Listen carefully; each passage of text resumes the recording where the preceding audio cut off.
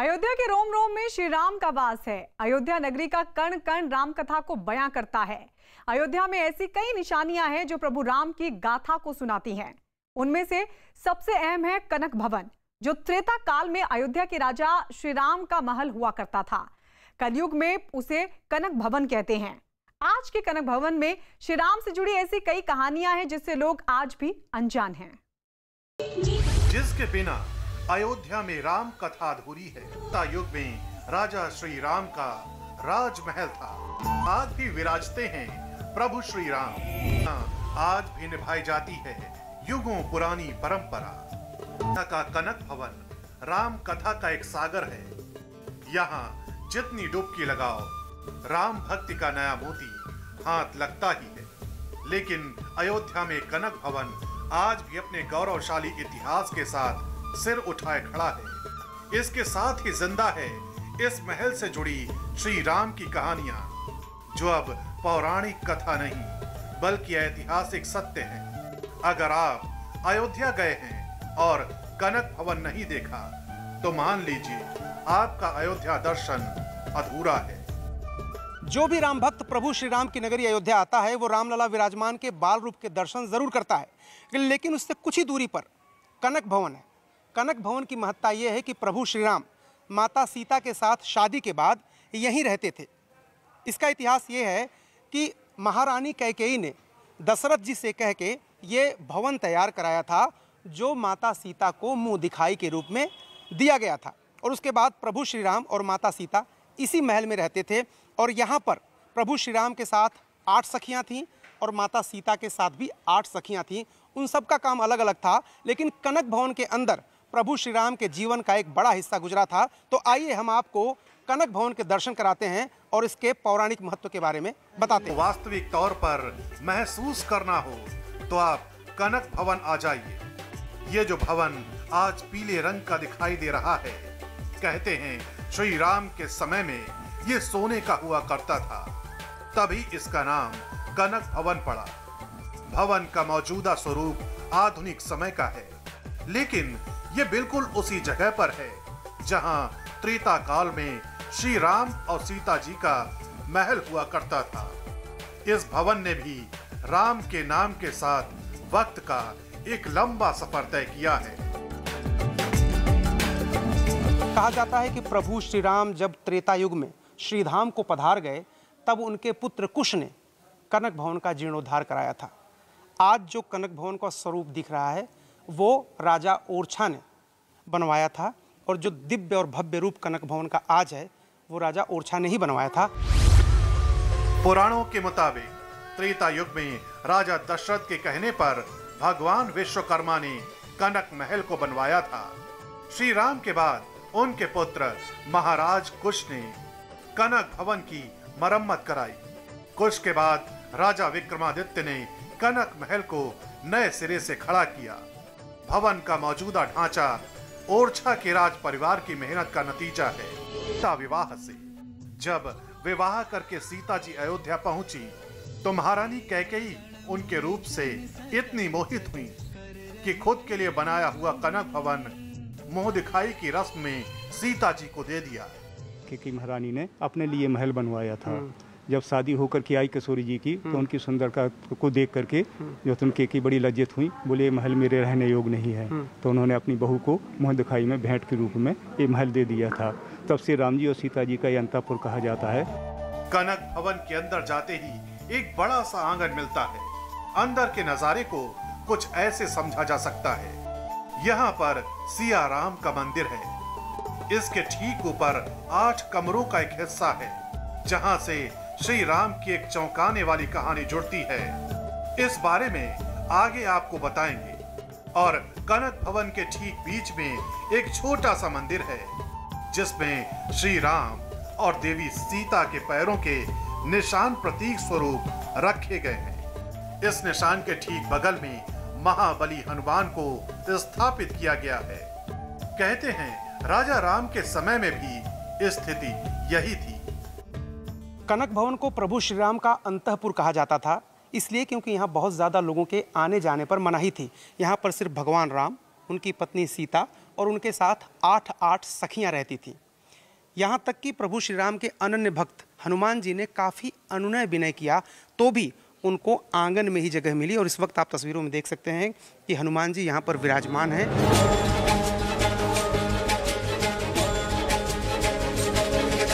कहा जाता है कि त्रेता युग में कनक भवन श्री राम का बिल्कुल निजी स्थान था।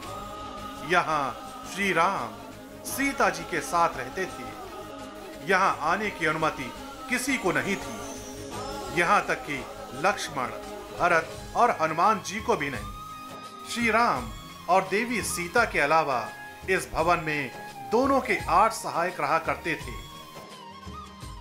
पुजारी जी, हम देखते हैं हनुमान जी हर जगह प्रभु श्री राम के बगल में रहते हैं। यहाँ इतना दूर क्यों है, वहाँ पर क्यों है? ये भगवान का मंदिर बना था वहाँ, हनुमान जी का पहले भगवान का मंदिर था, इसलिए यहाँ जो तुम उसको चरण पादुका रख देती है। भगवान हनुमान जी जो तुम दक्षिण मुखी में रहते हैं, किधर से जो तुम भगवान जब लंका विजय करके आए थे ना, तब से हनुमान जी का यहाँ उनका पादार्पण रहता है। हमेशा राम जी के साथ में रहते हैं, बिना हनुमान जी राम जी के नहीं रहते ना, राम जी के बगैर हनुमान जी रहते हैं, इसलिए उनकी स्वतंत्र सुरक्षा व्यवस्था में हनुमान जी का जो तुम साथ रहता है। श्री राम और सीता जी की सहायिकाओं का जिक्र कई पौराणिक ग्रंथों में मिलता है।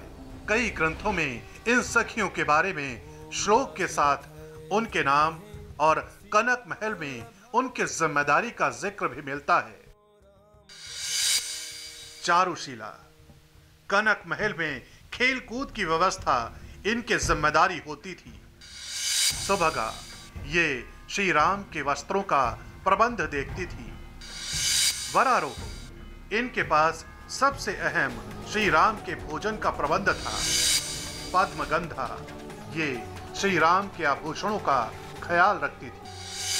सुलोचना, प्रभु श्री राम के श्रृंगार की सारी व्यवस्था करती थी। हेमा, कनक भवन में उत्सवों को आयोजित करने का काम इन्हीं का था। क्षेमा, प्रभु श्री राम के स्नान से जुड़ी सारी व्यवस्थाएं किया करती थी।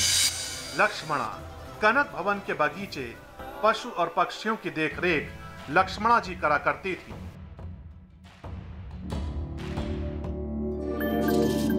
श्री राम की तरह कनक भवन में देवी सीता की भी 8 सखियां रहती थी और उनका काम सीता जी की निजी जरूरतों की व्यवस्था देखना था। त्रेता युग में श्री राम का महल होने के नाते कनक भवन से लोगों की गहरी आस्था जुड़ी है। दावे के मुताबिक रामायण के समय में कनक भवन के जिस काम के लिए जो समय तय किया गया था, आज युगों बाद भी उसी का पालन किया जाता है। प्रभु श्री राम और माता सीता शयन कक्ष में रात में वहाँ पर रहते हैं, दिन में नीचे मंदिर में आते हैं, साथ ही साथ उनका भोग लगाया जाता है। 8 सखियों का भी घर यही है, 8 कमरे उनके हैं। कोई सखी प्रभु श्री राम के स्नान का प्रबंध करती है, कोई सखी प्रभु श्री राम के भोजन का प्रबंध करती है और कोई सखी प्रभु श्री राम के मनोरंजन का प्रबंध करती है। तो इस तरह से 8 सखियों के 8 काम हैं और सब जितनी भी सखियां हैं वो यहीं कनक भवन में प्रभु श्री राम और माता सीता के साथ ही रहती हैं। कई बार गिरने और बनने से कनक भवन का स्वरूप पहले से बहुत बदल गया है, लेकिन प्रतीक स्वरूप उन स्थानों को उसी जगह रखा गया है जहां पुराणों में जिक्र मिलता है। कनक भवन के ऊपरी हिस्से में श्री राम के शयन कक्ष के अलावा और भी 8 कमरे हैं जो प्रभु श्री राम की सहायिकाओं के माने जाते हैं। उन 8 कमरों में से 7 कमरों की 7 खिड़कियां भी सामने से नजर आती हैं। हम इसे अंदर से नहीं दिखा सकते क्योंकि कनक भवन के ऊपरी हिस्से में आज किसी को जाने की इजाजत नहीं है। ये जो दरवाजे दिख रहे हैं, ये 8 कमरे आप बता रहे हैं कि इस तरह के 8 कमरे हैं। तो भगवान के मंदिर की डिजाइन बनी हुई है। अच्छा, तो 8 जो कमरे हैं उनमें एक कमरे के बारे में जरा बता सकते हैं क्या? तो जो उनके अलग अलग कमरे का प्रबंध अलग अलग आप बता रहे थे। भगवान जाते हैं, शयन करते हैं, जहाँ शयन करते थे उनकी सेज लगती थी, भगवान भोजन करते थे, यही सब उनका रहता है। भगवान शयन करने के बाद में जाते हैं, आरती के बाद ऊपर जाते थे, शयन करते थे, भगवान भक्तों के चढ़ताते हैं, तो चिट्ठी आती है, भक्तमाल का अध्ययन करते हैं, भगवान भक्तों के चरित्रों को पढ़ते हैं। आप अंदाजा लगा सकते हैं कि प्रशासन की जिस व्यवस्था का पालन आज किया जाता है उसे युगों पहले श्री राम ने इस कनक भवन में इजाद कर दिया था। ये जो मैं महल देख रहा हूँ, कहा जाता है कि इसी महल में पीछे प्रभु श्री राम का शयन कक्ष है। जी, उनका शयन कक्ष है। भगवान आरती के बाद वो ऊपर जाते हैं, शयन करते हैं। 8 सखियाँ वहाँ रहती हैं, कहीं भोजन करते हैं, चौपड़ खेलते हैं। भगवान के भक्तों का जो चढ़ता आता है तो भक्तमाल चिट्ठी आती है वो भी पढ़ते हैं। सबका जो चौर खेल करके भगवान उनके साथ में प्रसाद ग्रहण करते हैं। कनक भवन में आज भी सदियों पुरानी परंपरा का पालन किया जाता है। आज भी हर काम को उसी अंदाज में किया जाता है जैसा श्री राम के वक्त किया जाता था। शयन आरती में भगवान ऊपर जाते हैं, शयन आरती हो जाती है 9:30 बजे रात में शयन आरती होती है। इसके बाद भोग लगता है। भोग लगने के बाद वहाँ शयन करते हैं। शयन करने के लिए ऊपर जाते हैं। फिर सुबह 8 बजे आरती होती है, श्रृंगार आरती। 4 आरती होती हैं, 5 आरती होती है, मंगल आरती होती है। मंगल आरती का किसी को दर्शन नहीं होता है। 5 आरती हो, 4 आरतियों में सबका दर्शन। पहले श्रृंगार आरती होगी, फिर राजभोग आरती होगी, शाम को संध्या आरती होगी, फिर रात में 9:30 बजे शयन आरती होगी। श्री राम के कनक भवन की कहानी की एक डोर द्वापर युग में श्री कृष्ण से भी एक अभिलेख मिलता है, वहाँ भी लगा है कि महाभारत के समय में यानी द्वापर युग जिसको कहा जा सकता है, उसमें भगवान श्री कृष्ण ने उसका पुनरुद्धार कराया था। उसके बाद जब वो ध्वस्त हो गया तो ऐतिहासिक काल में राजा विक्रमादित्य ने उस मंदिर का पुनः जीर्णोद्धार कराया, क्योंकि वहाँ एक आपको देखेंगे युधिष्ठिर संवत का अभिलेख मिलेगा। ये बहुत कम लोगों को पता है कि राम के पहले सिया का मतलब सिया राम की भावना इसी कनक महल से निकली है। कनक भवन के बारे में एक महत्वपूर्ण तथ्य ये भी है कि यहाँ माता सीता की प्रधानता है। यहाँ सब कुछ उनके इर्द गिर्द ही घूमता है। यहाँ की मालकिन वही हैं। इसकी वजह ये बताई जाती है कि श्री राम की माता कैकेयी ने दशरथ जी से कह के इस महल को तैयार करवाया था और उन्होंने माँ सीता को मुँह दिखाई में ये महल दिया था और इसीलिए ये महल माता जानकी का कहा जाता है। आज भी अयोध्या नगरी में श्री राम के महल कनक भवन के बगैर राम दर्शन अधूरा माना जाता है। सरयू नदी में स्नान करके लोग पहले हनुमानगढ़ी जाते हैं, फिर राम लला के दर्शन करने के बाद सीधे कनक भवन पहुंचते हैं, जहां आज भी इन दीवारों से, मूर्तियों से, भवन के ऊपर वाले हिस्से से भक्तों को प्रभु श्री राम की झलक दिखती है। अयोध्या में भूमि पूजन को लेकर अब बस कुछ ही घंटे बचे हैं। 5 अगस्त को पूरा देश उस ऐतिहासिक लम्हे का गवाह बनेगा जब 500 सालों का इंतजार खत्म होगा और अयोध्या में पीएम मोदी के हाथों चांदी की पहली शिला रखी जाएगी। अभिजीत मुहूर्त में होने वाला यह पूजन बेहद शुभ माना जा रहा है। इस बेहद शुभ घड़ी में आखिर सब कुछ कैसे होगा? कैसे पीएम मोदी मंदिर निर्माण की बुनियाद रखेंगे? चांदी की 5 शिलाओं का कैसे पूजन किया जाएगा? किस विधि विधान के साथ ये सब कुछ होगा? आज 5 अगस्त की वैसी ही तस्वीर हम आपको विधि विधान के साथ दिखाने जा रहे हैं। ये रिपोर्ट देखिए। कैसे पड़ेगी राम मंदिर की नींव? आज हम आपको दिखाएंगे 5 अगस्त का विधि विधान। करोड़ों राम भक्तों की आस्था के प्रतीक राम मंदिर का भूमि पूजन 5 अगस्त को शुभ मुहूर्त में भारत के प्रधानमंत्री नरेंद्र मोदी करने वाले हैं। लेकिन भूमि पूजन किया क्यों जाता है, कैसे होता है, इसका पौराणिक महत्व क्या है? इन सब बातों को जानने के लिए हम अयोध्या में ठीक उसी तरह से भूमि पूजन कर रहे हैं जैसे प्रधानमंत्री 5 तारीख को राम मंदिर का करेंगे। प्रभु श्री राम की अयोध्या एक ऐसी आध्यात्मिक नगरी जहां वर्षों पुरानी एक तपस्या अब पूरी होने जा रही है। यही वजह है कि 5 अगस्त को राम जन्मभूमि पर होने वाला वो पूरा विधि विधान हम आपको दिखाने जा रहे हैं, जिसका इंतजार देश और दुनिया को न जाने कब से था। अयोध्या में 5 अगस्त को भूमि पूजन की शुरुआत भी वैदिक मंत्रोच्चार के साथ की जाएगी।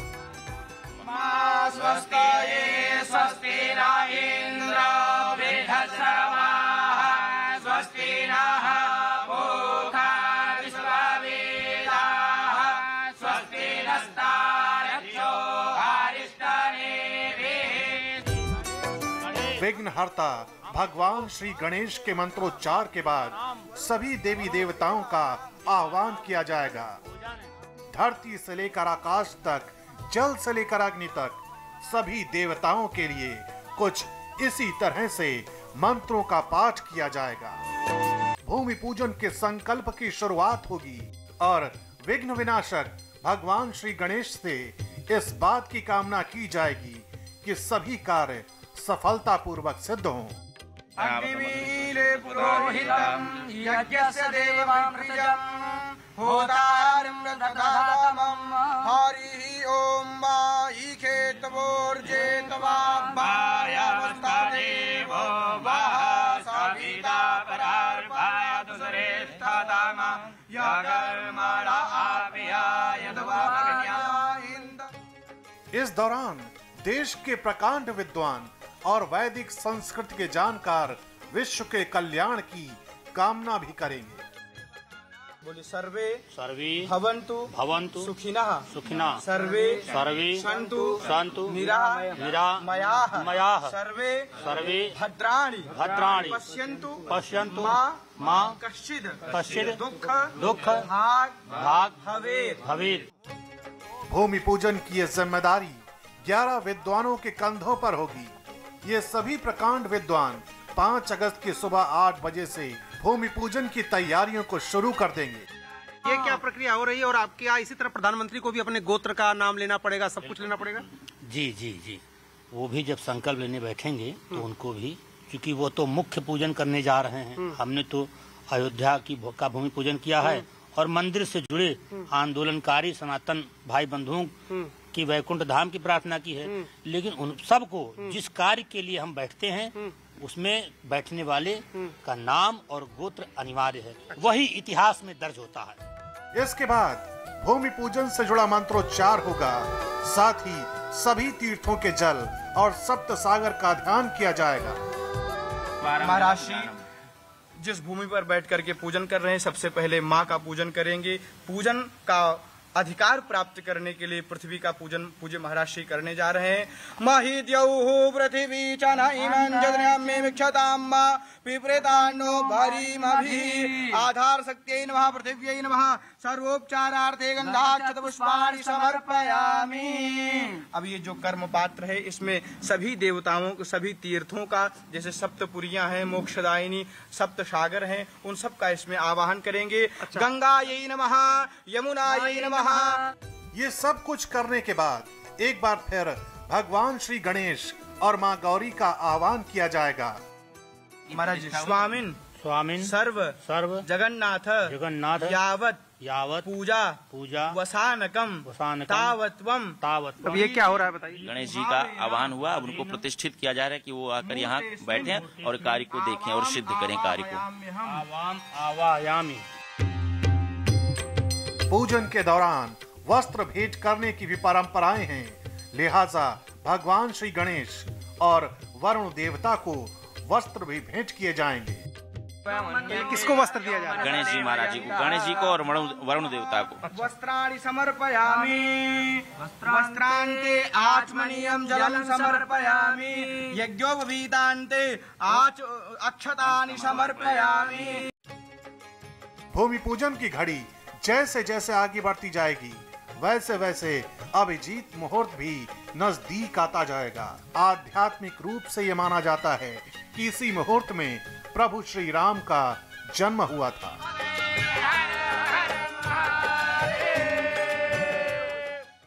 पांच अगस्त को हर किसी की नजर भूमि पूजन के उसी मुहूर्त पर टिकी होंगी जब पीएम मोदी के हाथों चांदी की शिला का पूजन होगा। यह शिला कितने मिनट में, कितने सेकंड में रखी जानी है, अब हम आपको यही दिखाने जा रहे हैं। साथ ही अब हम आपको यह भी दिखाएंगे कि आखिर 5 अगस्त को राम मंदिर की बुनियाद में किन बेहद खास चीजों को रखा जाएगा।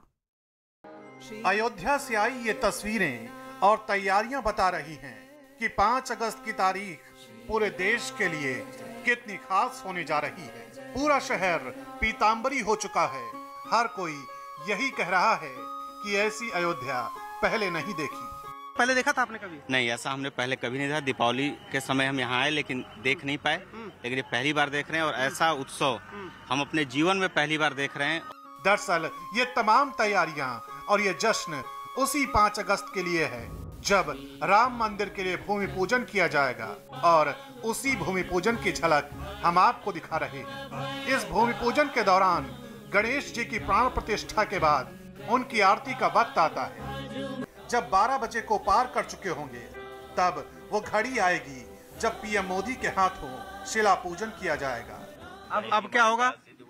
अब भूमि का पूजन, इसी प्रकार षोडशोपचार भूमि का भी पूजन होगा। तो प्रधानमंत्री जी अब जो भूमि पूजन करेंगे अब इसी तरह से करेंगे जो विधि है। क्या क्या होगा पंडित जी?